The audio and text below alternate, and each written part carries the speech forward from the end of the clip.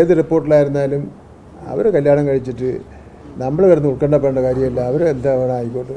ഞാനവിടെ പോയെന്നുള്ള കാര്യം ശരി തന്നെയാണ്. ദിവസം എത്ര കല്യാണത്തിന് നമ്മൾ പോകുന്നു. നമുക്കിനിപ്പോൾ ഒരു കല്യാണത്തിൽ നിന്ന് രാവിലെ ഒരു 10 കല്യാണം വന്ന് എല്ലാം ചെന്ന് അവിടെ നിന്ന് തെളിവും കൂടെ വാങ്ങിച്ചുകൊണ്ട് വരാൻ വേണ്ടി പറയാൻ വേണ്ടി പറ്റില്ല. 4 ദിവസമായി വോട്ടുകളുടെ അന്തിമ കണക്ക് പുറത്തുവിടാൻ തെരഞ്ഞെടുപ്പ് കമ്മീഷൻ തയ്യാറാകാത്തത് തികച്ചും അത് സ്വാഭാവികമായിട്ടുള്ള ഒരു നടപടിക്രമമല്ല. ഇലക്ട്രോണിക് വോട്ടിംഗ് മെഷീനിലെ vote, service vote, postal vote, വീട്ടിലെ വോട്ട് എന്നിവയൊക്കെ ചേർന്ന അന്തിമ എണ്ണം എത്രയാണെന്ന് തെരഞ്ഞെടുപ്പ് കമ്മീഷൻ ഉടൻ തന്നെ പുറത്തുവിടണം.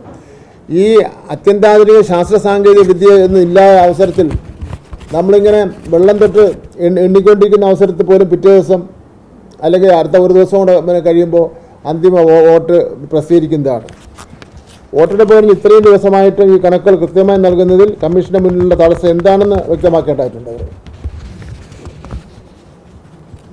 എന്ന് മാത്രമല്ല, സാങ്കേതികവിദ്യ ഇത്രയേറെ വികസിച്ച കാലത്ത് വിവരങ്ങൾ ക്രോഡീകരിക്കാൻ ഇത്രയും കാലതാമസം വരുന്നത് ജനാധിപത്യ പ്രക്രിയയുടെ സുതാര്യതയെ ചോദ്യം ചെയ്യലാണ്. ജനങ്ങൾക്കിടയിലുള്ള ആശങ്ക പരിഹരിക്കുവാൻ കമ്മീഷൻ അടിയന്തരമായി ഇടപെടുകയും എല്ലാ വിഭാഗം വോട്ടുകളുടെയും കൃത്യമായ കണക്ക് ഔദ്യോഗികമായി പ്രസിദ്ധീകരിക്കുകയും വേണം. ഇപ്പോൾ ബാലറ്റ് പേപ്പറുണ്ട്, അതുപോലെ തന്നെ വീട്ടിൽ വന്ന് വോട്ട് ചെയ്തതിൻ്റെ കാര്യമുണ്ട്. അതുകൂടാതെ തന്നെ ഇലക്ഷൻ ഡ്യൂട്ടിക്ക് നിയോഗിക്കപ്പെട്ട നിരവധി ആൾക്കാർക്ക് വോട്ട് നിഷേധിക്കുന്നു എന്നുള്ള നിലയിലുള്ള ഒരു കാര്യം വന്നിട്ടുണ്ട്. ഇപ്പോൾ കോടതിയിൽ കേസ് ഉണ്ടെങ്കിലും നമ്മുടെ കേരളത്തിലുള്ള IAS ഓഫീസർമാർക്കെല്ലാം ഇലക്ഷൻ ഡ്യൂട്ടിയാണ്. ഇലക്ഷൻ ഡ്യൂട്ടികളിൽ ആർക്കും വോട്ടില്ല. അവർക്ക് ജനാധിപത്യ പ്രക്രിയയിൽ പങ്കെടുക്കാനുള്ള ഒരു അവസരം കിട്ടുന്നില്ല. യഥാർത്ഥത്തിൽ ജനാധിപത്യ പ്രക്രിയയിൽ തിരഞ്ഞെടുക്കപ്പെട്ട രാഷ്ട്രീയ ജനനേതാക്കളാണ് കാര്യങ്ങൾ നയപരമായ കാര്യങ്ങൾ തീരുമാനിക്കുന്നുണ്ടെങ്കിലും അത് ഇംപ്ലിമെൻറ്റ് ചെയ്യുന്നത് മുഴുവൻ ബ്യൂറോക്രസിയാണല്ലോ. അവർക്ക് വോട്ടില്ല. കേരളത്തിലെ ഞാൻ പല IAS ഓഫീസർമാരോടും ചോദിച്ചു. അവർക്ക് വോട്ടില്ലാത്ത ഒരു സാഹചര്യമാണ് ഉള്ളത്. അത് കോടതിയിലും മറ്റും എന്തോ ഒരു കേസ് അതിനെ സംബന്ധിച്ചിടത്തോളം നടക്കുന്നു എന്നാണ് പറയുന്നത്. യഥാർത്ഥത്തിൽ ഇന്ത്യൻ ഭരണഘടന പ്രകാരം ഒരു പൊതുതെരഞ്ഞെടുപ്പ് നടന്നാൽ എല്ലാവർക്കും വോട്ടവകാശം കൊടുക്കുക എന്നത് ഒരു സാധാരണ നടപടി ക്രമം ആണ്.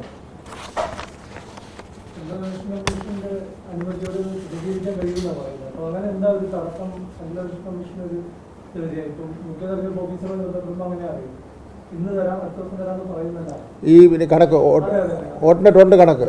അപ്പോൾ അത് താമസിച്ച് പോകും തോറും നമുക്ക് സംശയം കൂടുകയല്ലേ, എന്തിനവർ രഹസ്യമായിട്ട് വയ്ക്കുന്നത്? ഇത് രഹസ്യമായിട്ട് വയ്ക്കേണ്ട കാര്യമില്ലല്ലോ. ഇതിനൊരു പ്രോസസ്സുണ്ട്. വോട്ടിംഗ്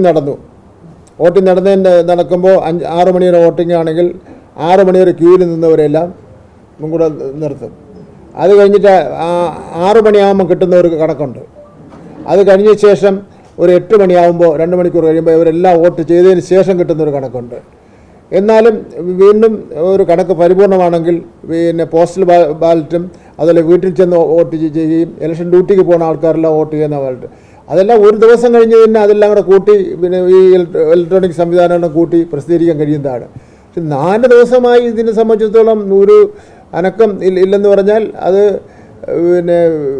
ഇലക്ഷൻ കമ്മീഷൻ്റെ നടപടിക്രമത്തിൽ എന്തെങ്കിലും വിശ്വാസം കുറവ് ആരെങ്കിലും രേഖപ്പെടുത്തിയാൽ അത് തെറ്റാണെന്ന് പറയാൻ വേണ്ടി പറ്റില്ല.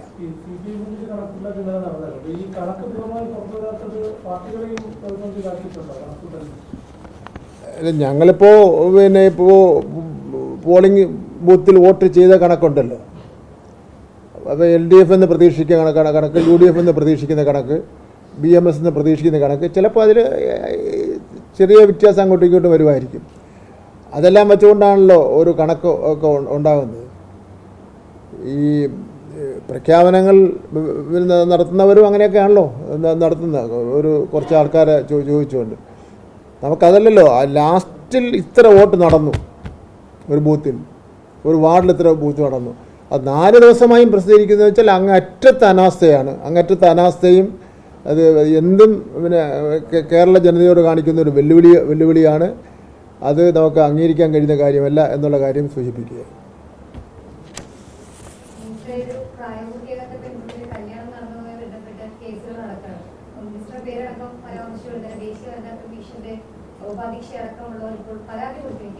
നടക്കട്ടെ, കേസ് നടക്കട്ടെ.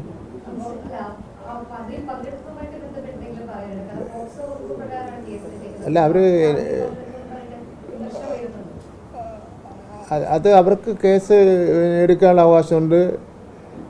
അത് അങ്ങനെ അവകാശം അങ്ങനെ നടന്നോട്ടെ. എനിക്കെന്താ പ്രശ്നം? ഞാൻ മിക്കവാറും ഒക്കെ ഒരു ദിവസം ഒരു 10-15 വിവാഹത്തിനൊക്കെ പോകുന്നുണ്ട്. അപ്പോൾ ആ വിവാഹത്തിനുണ്ട് എല്ലാ സർട്ടിഫിക്കറ്റ് വാങ്ങിച്ചുകൊണ്ടൊന്നുമല്ല പോകുന്നത്. അല്ല, ഈ വിവാഹത്തിന് ഇങ്ങനെ വിവാഹം നടന്നപ്പോൾ കുറച്ചുകൂടെ കൗതുകം ഉണ്ടായി. അതുവഴി അങ്ങോട്ട് നേറ്റക്കിലോട്ട് പോകുമായിരുന്നു. അപ്പോൾ ഓടിച്ചെന്ന് ജസ്റ്റ് ഒന്ന് നോക്കിയിട്ട് അങ്ങ് പോയി. അതിൻ്റെ പേരിൽ കേസൊക്കെ എടുത്തിട്ട് ഇവിടെ പോയി.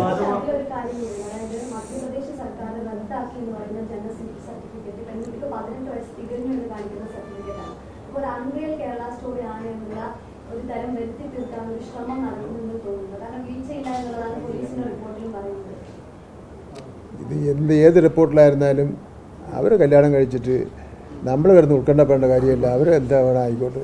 ഞാനവിടെ പോയെന്നുള്ള കാര്യം ശരി തന്നെയാണ്. ദിവസം എത്ര കല്യാണത്തിന് നമ്മൾ പോകുന്നു. നമുക്കിനിപ്പോൾ ഒരു കല്യാണത്തിന് നിന്ന് രാവിലെ ഒരു 10 കല്യാണം വന്ന് എല്ലാം ചെന്ന് അവിടെ നിന്ന് തെളിവും കൂടെ വാങ്ങിച്ചുകൊണ്ട് വരാൻ വേണ്ടി പറയാൻ വേണ്ടി പറ്റില്ല.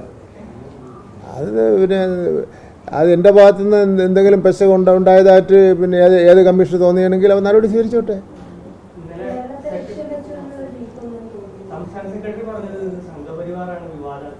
അതിന് സംശയമുണ്ടോ? ഞാൻ പിന്നെ എടുത്ത് പറഞ്ഞില്ലെന്ന് മാത്രമേ ഉള്ളൂ. നിങ്ങൾ ആരെങ്കിലും പറയട്ടെന്ന് വിചാരിച്ചിരിക്കുകയാണ്.